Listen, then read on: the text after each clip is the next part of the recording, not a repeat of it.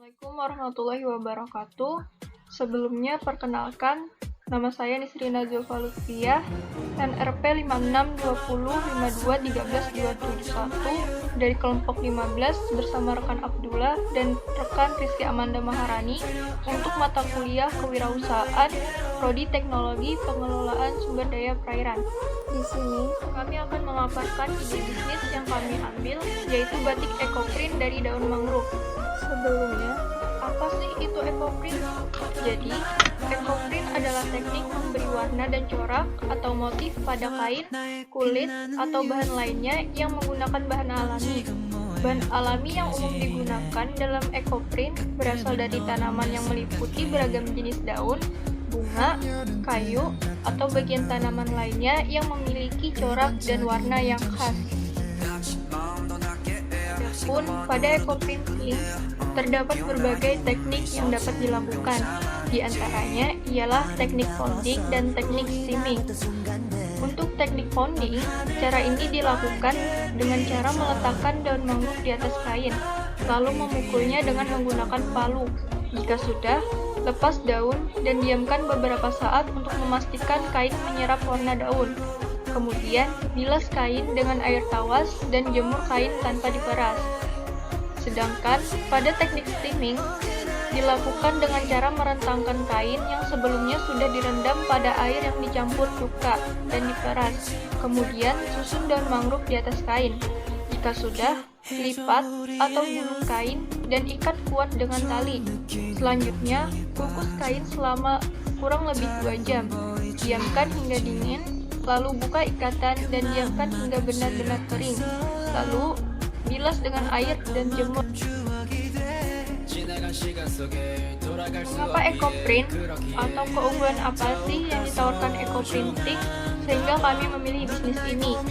Yang pertama, ekoprinting untuk mewarnai dan membuat corak pada media.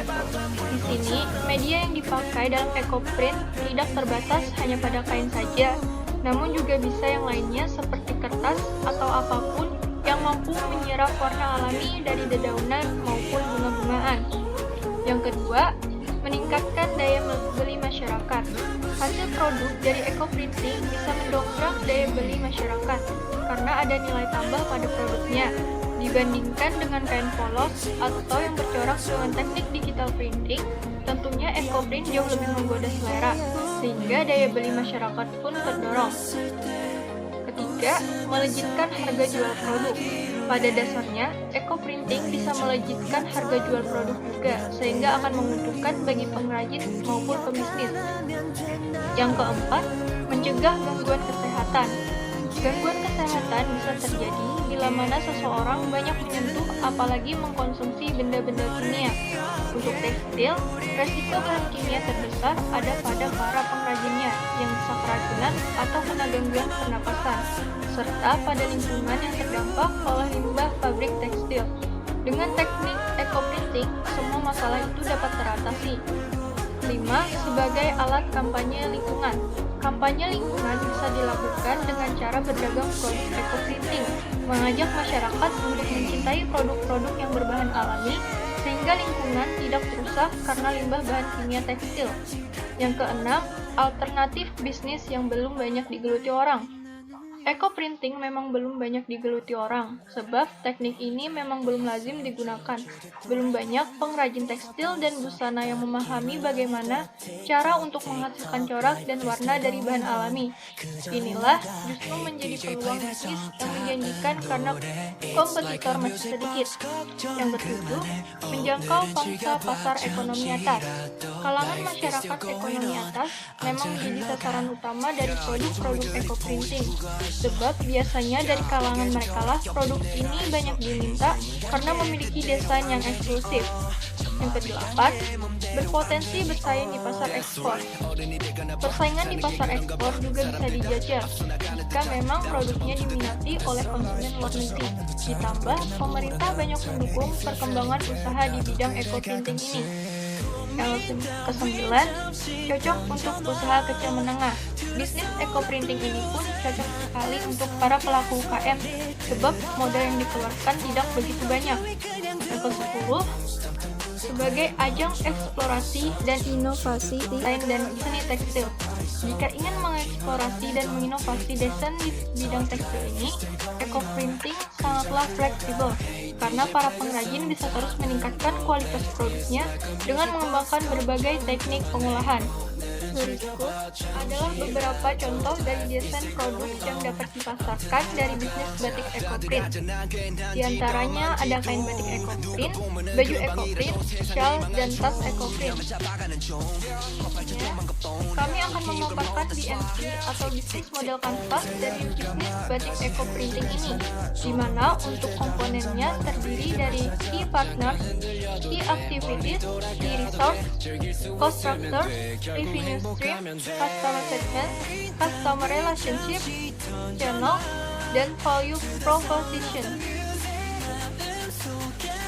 Yang pertama ada key partner atau mitra kerja untuk menunjang bisnis yang dijalankan. Di antaranya ada pengelola hutan mangrove, penjual kain dan bahan produksi lainnya, pekerja atau pegawai, dan penjahit.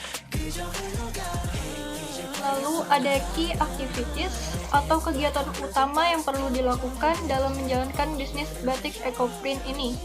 Di antaranya yaitu menyiapkan alat dan bahan untuk printing, membuat batik eco-printing daun mangrove, mendesain dan menjahit produk eco-printing, serta memasarkan dan menjual produk secara online maupun offline. Key resources atau sumber daya utama yang dibutuhkan untuk merealisasikan bisnis batik eco-print, yaitu diantaranya hutan mangrove, peralatan produksi, pekerja dan penjahit yang telaten dan inovatif, toko atau butik. Cost structure atau biaya yang kami keluarkan dalam menjalankan bisnis ini. Di sini terdapat biaya pengelolaan hutan mangrove, biaya pembelian alat dan bahan produksi, gaji pegawai, gaji penjahit, biaya packaging dan marketing. Revenue stream atau sumber pendapatan yang diperoleh dari bisnis ini terdiri dari penjualan kain batik eco-print, penjualan pakaian batik eco-print, penjualan tas dan shawl eco-print, dan desain produk lain dari kain eco-print yang akan kami kembangkan lebih lanjut. Selanjutnya, customer segment atau target konsumen yang kami sasar untuk bisnis batik eco-print ini. Di antaranya, perancang busana atau desainer fashion, orang yang tertarik pada fashion, kaum milenial, terutama perempuan, masyarakat ekonomi menengah atas, serta orang yang memiliki inisiatif mengenalkan fashion yang ramah lingkungan. Customer relationship atau metode yang dapat dilakukan untuk menghubungkan kepada konsumen, yaitu dapat melakukan promosi secara online maupun offline, mengadakan diskon, dan mengadakan giveaway. Kemudian channel atau media untuk menyajikan atau menyalurkan produk batik eco-print kepada konsumen, di mana diantaranya dapat melalui e-commerce, sosial media, serta toko maupun butik. Yang terakhir ada value proposition atau nilai dan keunggulan dari batik eco-print yang dapat kami tawarkan kepada konsumen, yaitu batik eco-print ini adalah produk yang ramah lingkungan. Corak batik eco-print yang kontemporer dan eksklusif, tidak melibatkan zat kimia sehingga lebih aman jika tersentuh kulit. Ditambah daun mangrove yang memiliki kandungan antibakteri sehingga kain eco-print yang dihasilkan lebih aman dan awet. Selain itu, melalui produk ini kita juga dapat ikut andil dalam kampanye lingkungan. Sekian dari saya mengenai ide bisnis batik eco-print daun mangrove. Mohon maaf jika masih banyak terdapat kesalahan dan kekurangan. Saya akhiri. Wassalamualaikum warahmatullahi wabarakatuh.